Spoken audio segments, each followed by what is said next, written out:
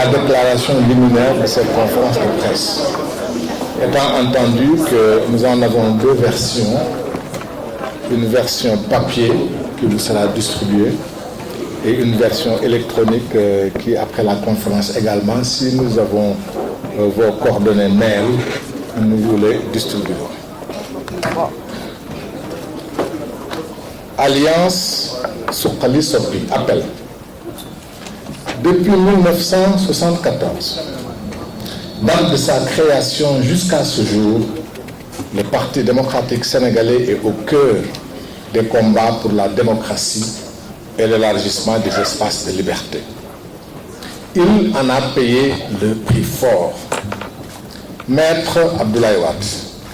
secrétaire général national du parti, a dans ce combat payé de sa famille, de sa santé, de son patrimoine, mais surtout de sa liberté, tant les assauts des partisans de l'immobilisme réfractaires au changement étaient cruels. D'autres militants et responsables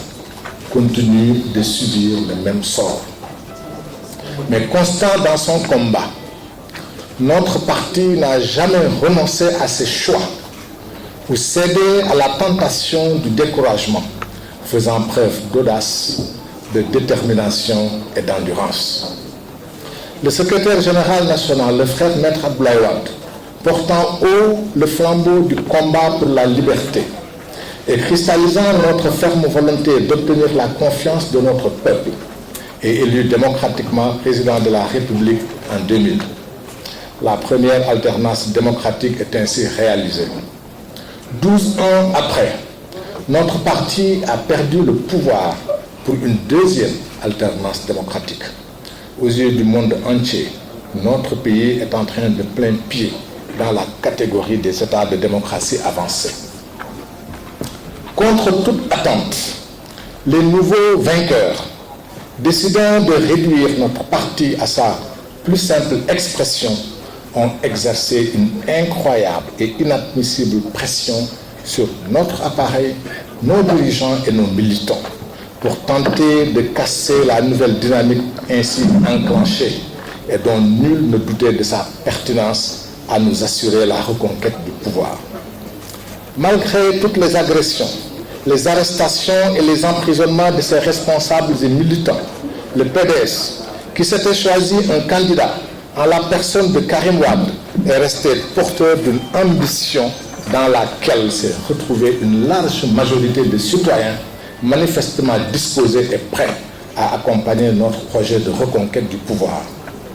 Notre candidat, le frère Karim Wade, après avoir dit, écrit et annoncé aux Sénégalais qu'il mettrait un terme à son exil et viendrait affronter le président candidat, a malheureusement choisi le confort de Doha au détriment des espérances d'un peuple en quête de délivrance. Pourtant, notre parti, ses dirigeants, ses militants et sympathisants, ainsi que les citoyens s'étaient organisés, mobilisés et avaient tous pris la ferme décision de venir par centaines de milliers, peut-être des millions, à pied, en voiture, en moto, en camion et même en charrette ou à dos d'âne accueillir le candidat Karim Wade. Ferme était également la volonté de se constituer un bouclier hermétique et de le protéger de toute tentative de l'écarter du scrutin par des artifices juridiques ou de l'emprisonner. Que de tournées organisées sur toute l'étendue du territoire et qui ont suscité un exceptionnel enthousiasme chez les Sénégalais, qui se sont mis à espérer une nouvelle alternance pour parachever enfin l'œuvre entreprise par le président Abdoulaye Wade. Ce faux bond, que rien n'est venu justifier ou expliquer jusqu'à présent, a surpris et déçu des millions de compatriotes et altéré la confiance que tout un peuple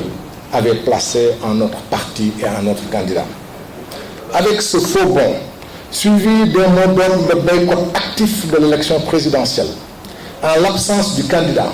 et sans réunion d'aucune instance du parti, la désorientation et la confusion ont fini par s'installer dans nos rangs, laissant ainsi les militants et les électeurs dans un écart entre une attente particulièrement forte et un résultat finalement décevant.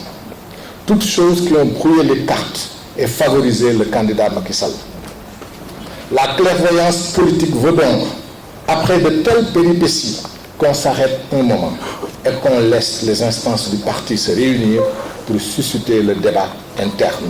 et passer l'option du boycott de l'élection présidentielle au bilan critique. En lieu et place, notre candidat, profitant de son paravent paternel, s'est évertué à obtenir du frère secrétaire général national une batterie de mesures ayant abouti à un remaniement du secrétariat national qui écarte littéralement les principaux responsables légitimes sans aucun débat à l'interne. L'objectif est de soumettre l'appareil du parti en mettant aux commandes ses partisans carriéristes issus des mouvements de soutien. Le PDS, qui est et restera un parti libéral, social et démocratique, ne peut souffrir l'absence de débat avec une direction unilatérale prenant des décisions en dehors de ces instances régulières. Autant, une place prépondérante est accordée au secrétaire général national, autant les instances, notamment les fédérations et le bureau politique, ont des compétences statutaires qui ne peuvent être déléguées à aucun dirigeant, conférer les articles 20 et 21 des statuts. En dehors du bureau politique et entre deux congrès, contrairement à ce qui a été écrit, aucune autre instance ou aucun dirigeant ne peut modifier les statuts du parti, conféré article 32 des 10 statuts. Or, les dernières décisions portant remaniement et mise en place d'un nouveau secrétariat font litière de la réglementation du parti dont elles violent les statuts en créant un collège de secrétaires généraux adjoints et des secrétaires nationaux qui, aux allures d'un miroir aux alouettes, n'existent que dans l'esprit des putschistes. Une telle violation pourrait être annulée par voie de justice. Un parti démocratique, composé de femmes et d'hommes libres, ayant souverainement consenti d'y adhérer, ne peut admettre des violations si flagrantes de sa charte fondamentale pour faire plaisir à un homme qui a tant manqué à ses devoirs. Le moment est venu pour les militants et les responsables du Parti démocratique sénégalais d'exprimer leur attachement à l'idéologie libérale, sociale et démocratique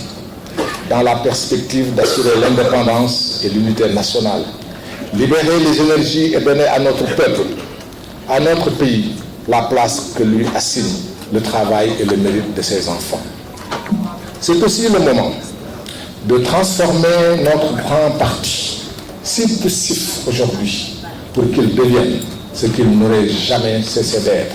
c'est-à-dire une alternative formidable, un outil pour éduquer aux valeurs libérales, sociales et démocratiques, pour créer un espace où les idées s'affrontent librement, sans aucune entrave liée à la famille, aux clans ou aux amis, et assurer à notre peuple une libération par le travail et la réussite par le développement. Nous devons assurément refonder notre parti pour qu'il devienne à nouveau cet outil. Les signataires du présent appel, qui restent tous dans le PDS, invitent les militants, les responsables, les sympathisants, ainsi que tous ceux qui croient au libéralisme social et démocratique, quel que soit leur choix lors de la dernière élection présidentielle, à nous rejoindre pour défendre la liberté et ouvrir à notre peuple le chemin de l'audace, de l'indépendance et du développement. Ils appellent à s'organiser d'ores et déjà dans tous les départements,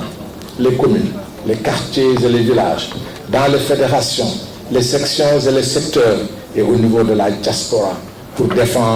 la défense et la refondation du Parti démocratique sénégalais en ravivant les valeurs d'un compagnonnage sincère en Dounaoulé. Fait à Dakar le 23 août 2017.